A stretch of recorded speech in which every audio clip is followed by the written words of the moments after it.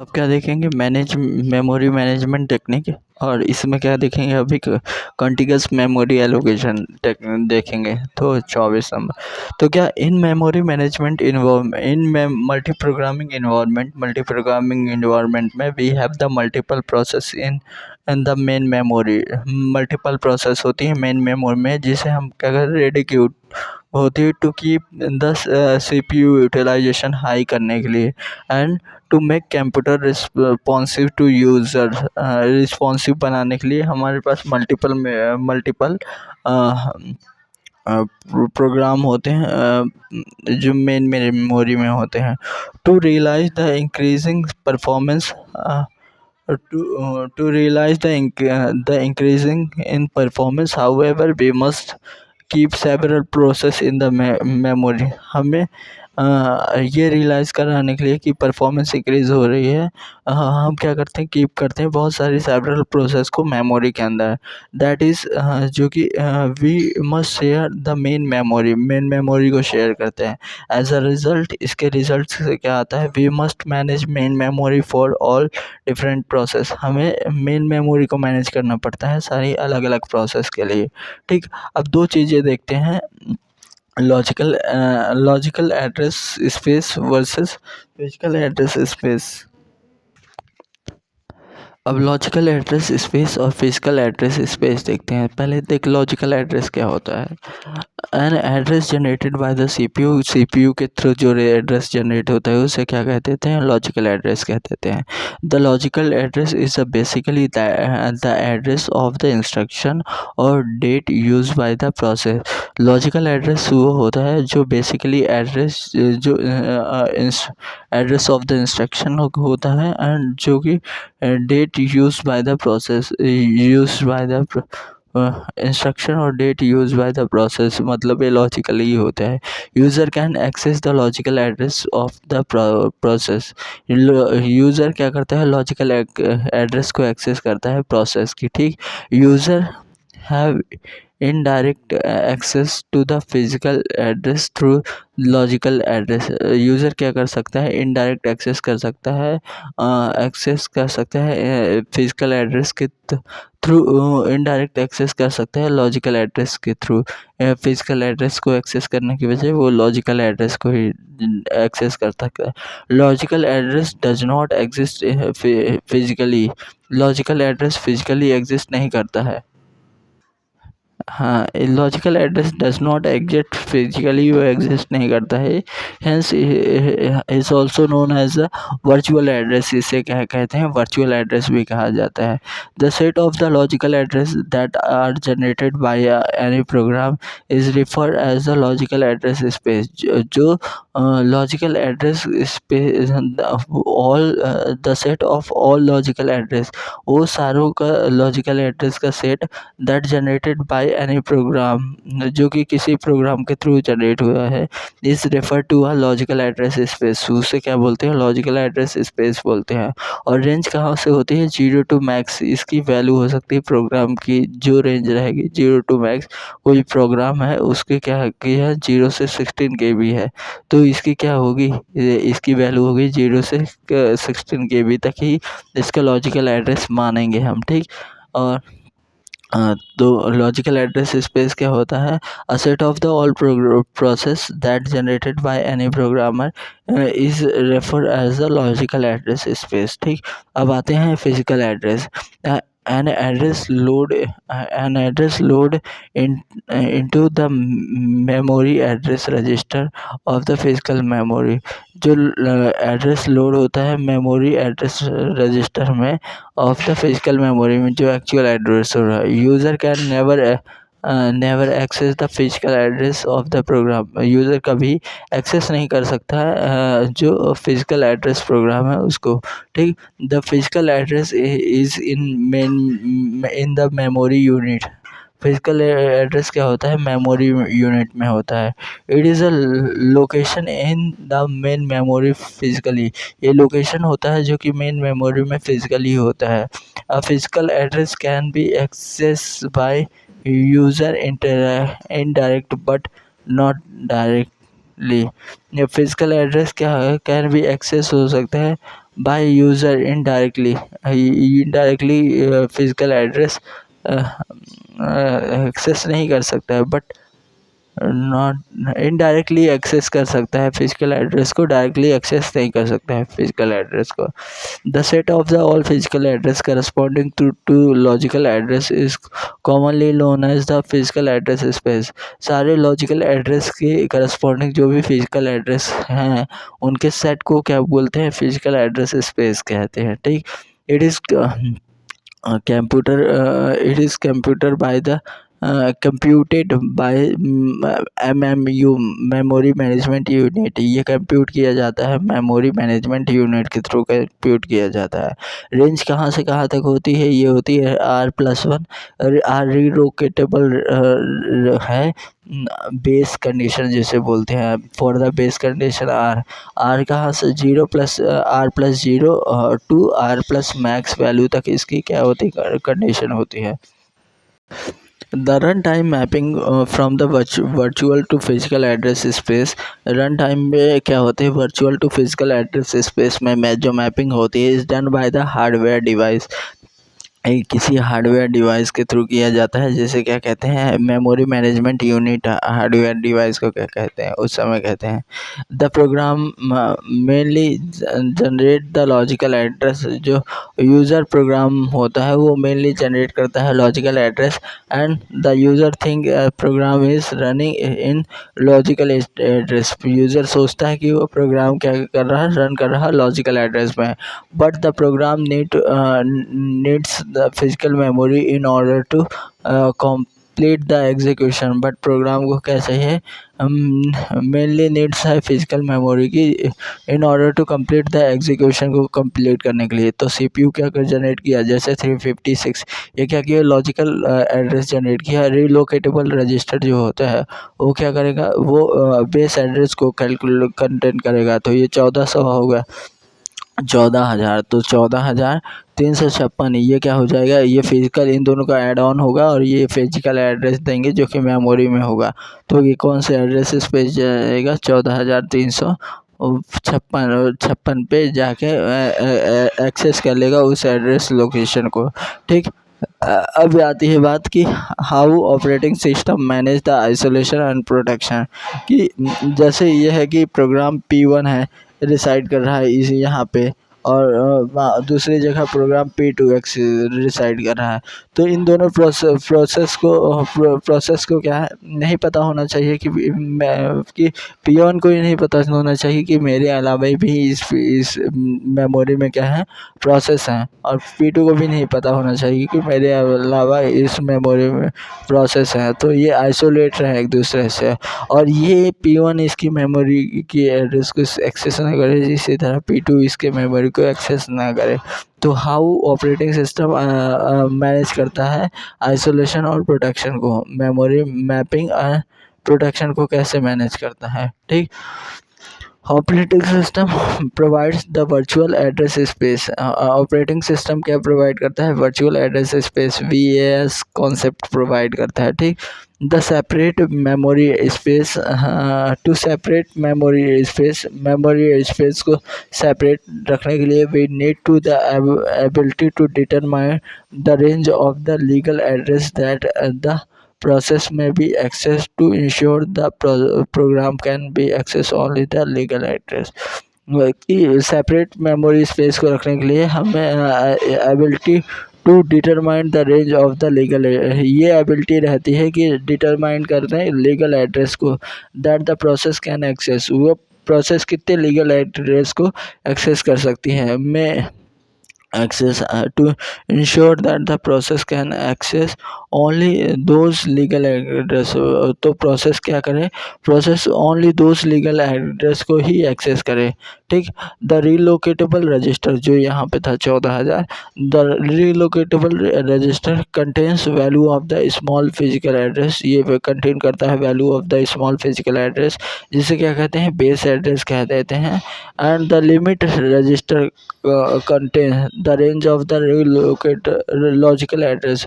और limit register क्या contain करता है, register the limit register contain the range of the logical address को कंटेन करता है। जैसे रीलोकेटेबल एड्रेस क्या किया है, कंटेन किया है, ये किया है 10,040 मान लें, और ये लिमिट रजिस्टर क्या किया है 74,600 ये कंटेन किया है, ठीक। और each logical address must be less than the limit register. जो लॉजिकल एड्रेस होता है वो लेस देन होता है लिमिट रजिस्टर से, ठीक। Memory management unit mapping the logical address dynamically by adding the value of the relocatable register। Memory management unit क्या करती है, मैप करती है लॉजिकल एड्रेस को डायनेमिकली रन टाइम पे ही क्या करती है, ऐड करती है value to the relocatable register में जो वैल्यू होती है उसको लॉजिकल एड्रेस में क्या करती है, ऐड करती है। When CPU scheduling select a process for execution, जब कोई सीपीयू शेड्यूलिंग क्या होता है, कोई प्रोसेस सिलेक्ट होता है for the execution, the dispatches load the relocation and the limit register with correct value as part of the context switching. तो फिर क्या होता है, डिस्पैचर क्या कर देता है, लोड कर देता है रीलोकेटेबल एंड लिमिट रजिस्टर को with correct value of part context switching. कहाँ तक कॉन्टेक्स्ट स्विचिंग होगी वहाँ तो वहाँ पे रीलोकेट कर देता है।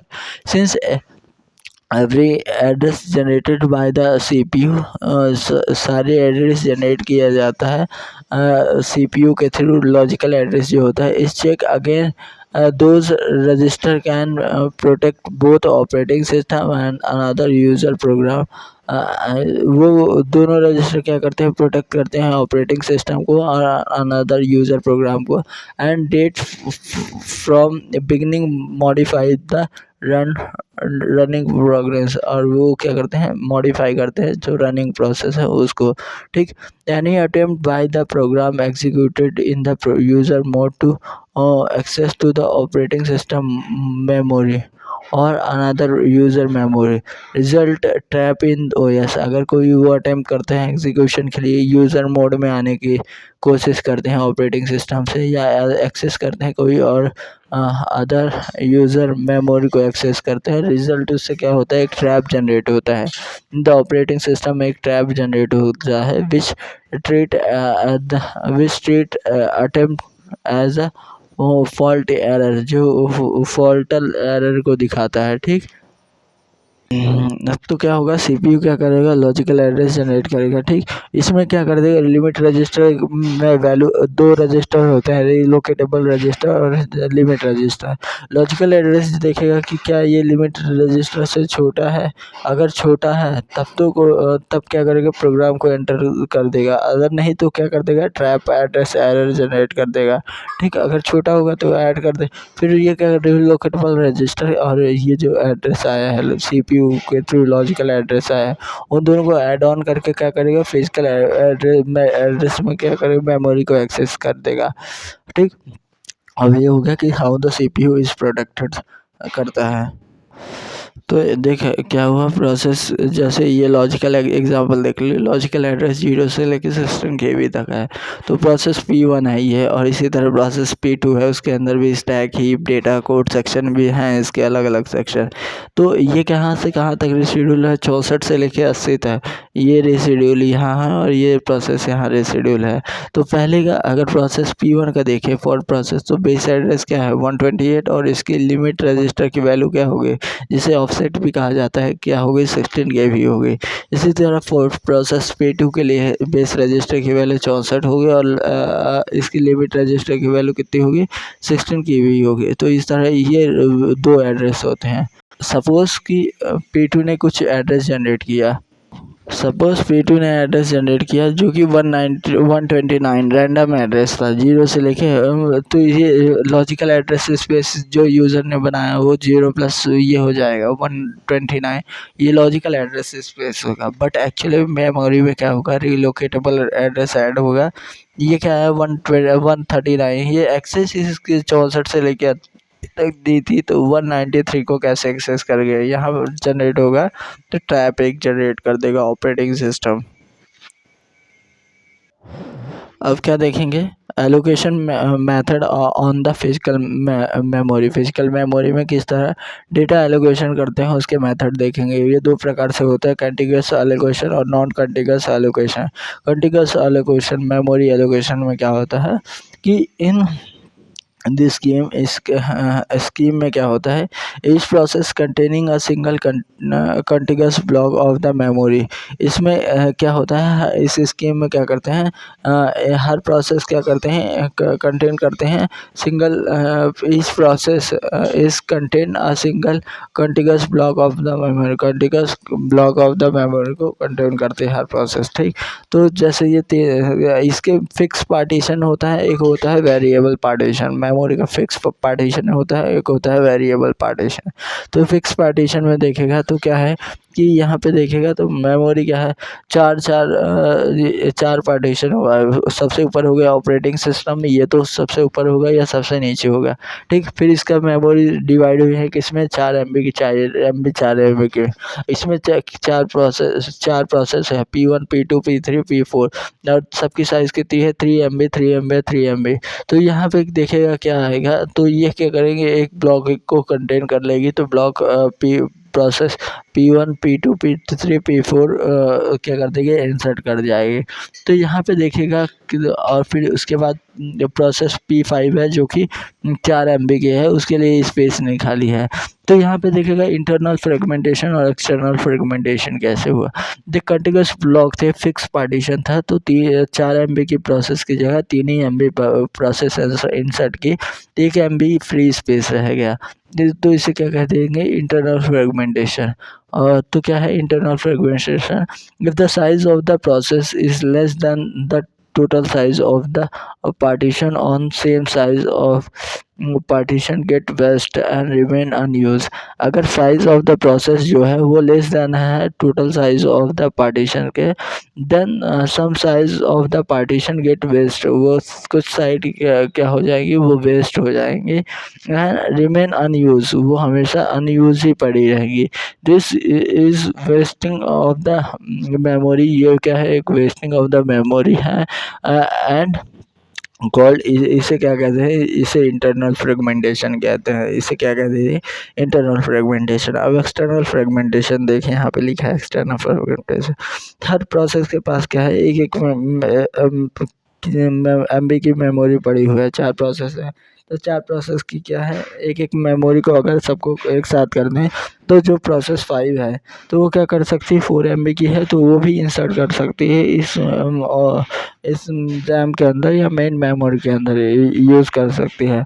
द P5 प्रोसेस यहाँ पे देखेगा, can not B execute even through the 4 MB space available but not continuous. 4 MB space available है बट वो कंटिन्यूअस नहीं है, तो इसीलिए P5 प्रोसेस क्या है, इंसर्ट नहीं कर सकती है।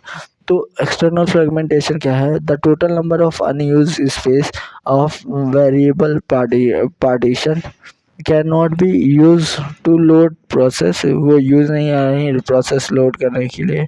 Even through there is space available but not in the continuous form, even space available है बट वो कंटिन्यूअस फॉर्म में नहीं है, इस कारण से वो इसे क्या कह देते हैं, external fragmentation.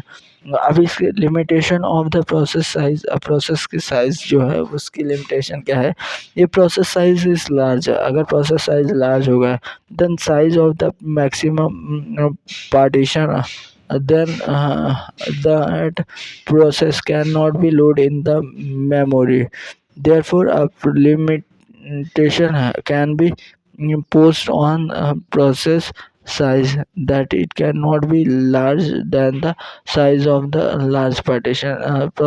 limitation on the partition, इससे क्या हुआ, एक limitation ये भी है कि प्रोसेस साइज के, प्रोसेस की साइज़ क्या होना चाहिए, वो ग्रेटर नहीं होना चाहिए पार्टीशन से। तो ये हुआ क्या, ये 3 लिमिटेशन है किसका, फिक्स पार्टीशन का। कौन कौन से, इंटरनल फ्रेगमेंटेशन, एक्सटर्नल फ्रेगमेंटेशन और limitation on the process size पे।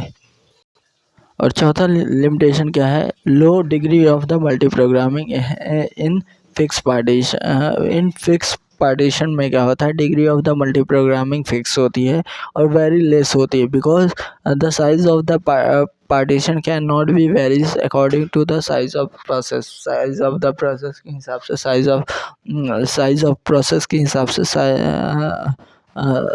उसको नहीं वेरीज कर दिया जाता है साइज ऑफ पार्टीशन को, इसीलिए क्या दिया जाता है, low degree of the multi programming होती है। ठीक है,